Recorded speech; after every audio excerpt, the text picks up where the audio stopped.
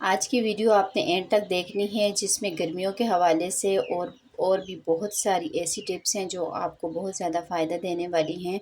और मैं उम्मीद करती हूँ कि आपको ये टिप जो हैं वो अच्छी लगेंगी और नई लगेंगी। बिल्कुल न्यू टिप आपके लिए हर रोज़ यही होता है कि आपके लिए हर रोज़ की बुनियाद पर रोज़ाना आपके लिए नई टिप्स लेकर आऊँ, तो आपने सिर्फ़ और सिर्फ वीडियो को लाइक करना होता है और वीडियो को फुल वॉच करना होता है। आप लोगों जो लोग मुझे सपोर्ट करते हैं, आप लोगों का बहुत बहुत शुक्रिया। तो स्टार्ट करते हैं। बिस्मिल्लाहिर्रहमानिर्रहीम। अस्सलामुअलैकुम। कैसे हैं व्यूअर्स? उम्मीद करती हूँ आप सब खैरियत से होंगे।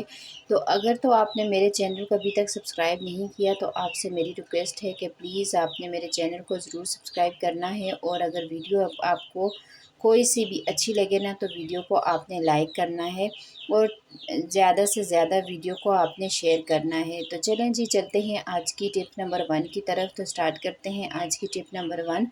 तो जैसे ही गर्मियाँ शुरू होती हैं ना, तो दालों में अक्सर दाल हो या चने हो या लोबिया हो, इसमें ना कीड़े लगना शुरू हो जाते हैं। तो बहुत ही ऑर्गेनिक सा तरीका आपके साथ शेयर करूँगी, जो हमारी नानियाँ दादियाँ हाँ इस्तेमाल करती थीं। कोई ज़्यादा झंझट में पड़ने की ज़रूरत नहीं है। गरम मसाला तो हमारे घरों में मौजूद ही होता है।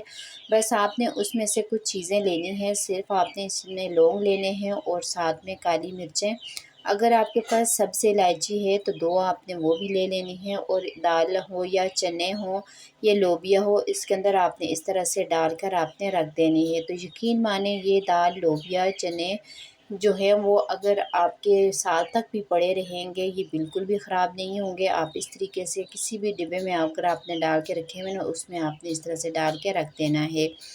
तो चलें जी, अगली टिप की तरफ चलते हैं। अगली टिप मेरी जो है, अक्सर हम लोग गर्मियों में शरबत वग़ैरह बनाते हैं और लेमन का इस्तेमाल तो करते ही हैं।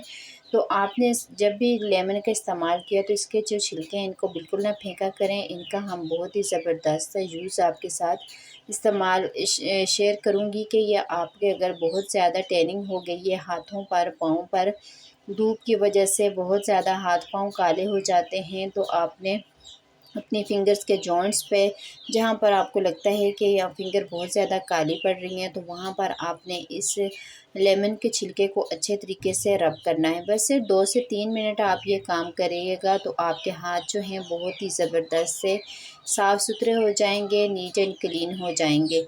तो कोई भी आपका पैसा नहीं खर्च होगा और आपकी जो हाथ पाँव हैं वो बहुत ज़बरदस्त से चमक दमक जाएंगे। तो उम्मीद करती हूँ ये टिप आइंदा के बाद आपने ज़रूर फॉलो करनी है। और लेमन के छिलके जो हैं, आप इनको बिल्कुल भी वेस्ट नहीं करेंगे।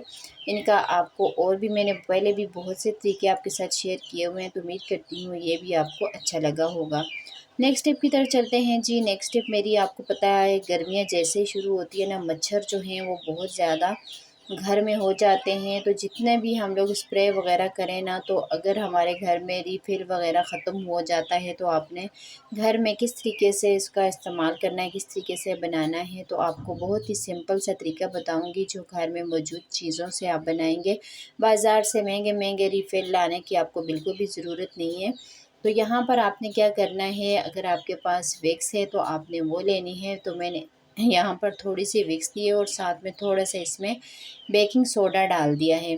तो यहाँ पर अगली चीज़ आपने क्या करना है, गर्म पानी लेना है। अगर गर्म पानी इसमें डालेंगे ना, तो ये सारी चीज़ें एकदम से मिक्स हो जाएंगी।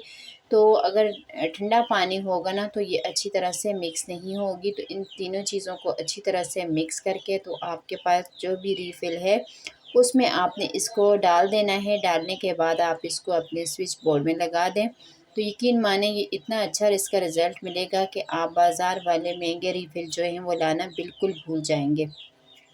हमारी यही कोशिश होती है कि हम ज़ीरो कॉस्ट में आपके साथ जो भी चीज़ शेयर करें, आपका बग़ैर 1 रुपया पैसा कोई भी ख़र्च हुए बग़ैर आप घर में ही इन चीज़ों का इस्तेमाल करें और अपने पैसों की बचत करें और साथ में अपने टाइम की भी बचत कर सकें।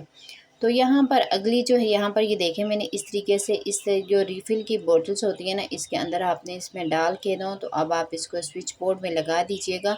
तो यहाँ पर हमारे पास बहुत ही ज़बरदस्त सा जो है वो मच्छर मारने वाला लिक्विड जो है बन के तैयार हो गया है। नेक्स्ट स्टेप की तरफ चलते हैं। नेक्स्ट स्टेप मेरी जो है वो नेल पेंट को लेकर है। तो नेल पेंट जब अगर हम ज़रा, वैसे तो सिंपल तरीके से हर एक ख़वातीन लगाती ही हैं, हर एक का शौक़ होता है, बाज़ लोगों को बहुत ज़्यादा होता है। तो जिन लोगों को नेल्स बढ़ाने का शौक़ है तो उनके लिए बहुत ही ज़बरदस्त ये टिप है कि आप नेल्स जिनके बड़े हों तो उनके ऊपर आप किस तरह से ये नेल पेंट अगर दो तरह से ज़रा स्टाइलिश तरीके से अगर आप लगाएंगे ना तो देखने में बहुत अच्छी लगती है। तो यहाँ पर आपने क्या करना है, सिंपल से आपने कोई भी सेलो टेप आपने कट करके इस तरीके से रखनी है और अपने फिंगर को इस तरीके से आपने कोनों के ऊपर आपने लगा देनी है। इसके टेप मैंने इस पहले सारों के ऊपर अच्छी तरह से लगा दूँगी, उसके बाद में इसके ऊपर आपको नेल पेंट भी लगा के दिखाऊँगी। तो यहाँ पर ये देखें, इस तरीके से लगाने के बाद ना फिर मैंने इसके ऊपर आपने अच्छी तरह से अप्लाई कर देनी है नेल पेंट।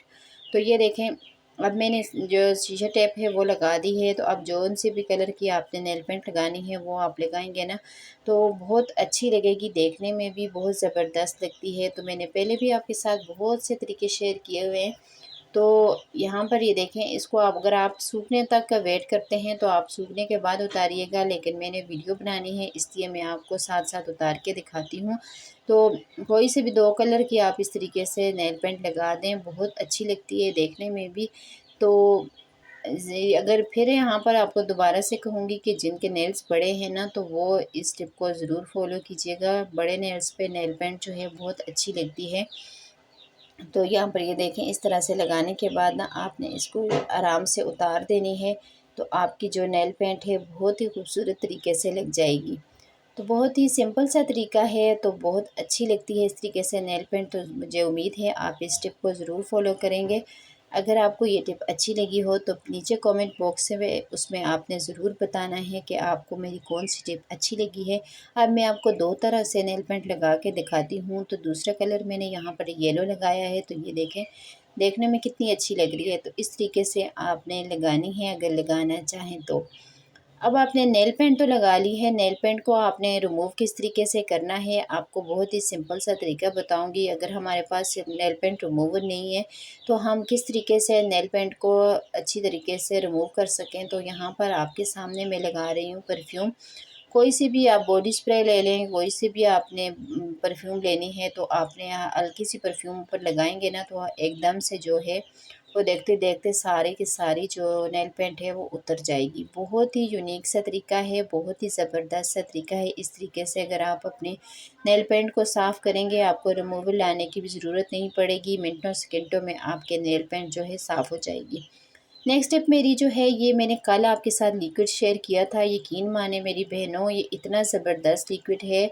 जिन लोगों के किचन में कीड़ियाँ वगैरह बहुत ज़्यादा आ जाती हैं, चुनटियाँ आती हैं, कीड़े मकोड़े स्लैब पे फिर रहे होते हैं, तो आप इस तरीके से रात को सोते वक्त अपनी स्लैब के ऊपर सारे इसका पोंछा आपने फेरना है। तो यकीन माने इससे आप साफ़ करेंगे तो कोई भी कीड़ा मकोड़ा आपकी शेल्फ पे नहीं आएगा। आपकी इस ज़बरदस्त से लिक्विड को बना के रख दीजिए। अगर आपने मेरी कल की वीडियो नहीं देखी तो उसमें मैंने इसको बनाया है, बताया है कि किस तरीके से इसको मैंने बनाना है। तो आपने ज़रूर वीडियो को देखना है और अपने कैबिनेट्स के अंदर इसका स्प्रे कीजिए।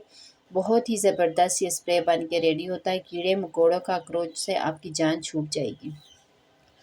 नेक्स्ट टिप मेरी, अगर वाइट कपड़ों के ऊपर पेन का निशान वगैरह पड़ जाता है तो आप इसको किस तरीके से साफ़ करें। तो बहुत मुश्किल हो जाती है, अगर वाइट कपड़ों के ऊपर पेन का निशान पड़ता है तो ख़त्म नहीं होता। तो यहाँ पर ये देखें, मैंने परफ्यूम लिए, परफ्यूम उसके ऊपर छिड़कने के बाद आप खुद ही देखेंगे कि बस हल्का से इसको रब करूँगी, इसका जो पेन का निशान होगा ना वो बिल्कुल आपके सामने लाइव रिज़ल्ट है, बिल्कुल सामने ही आपके बता रही हूँ।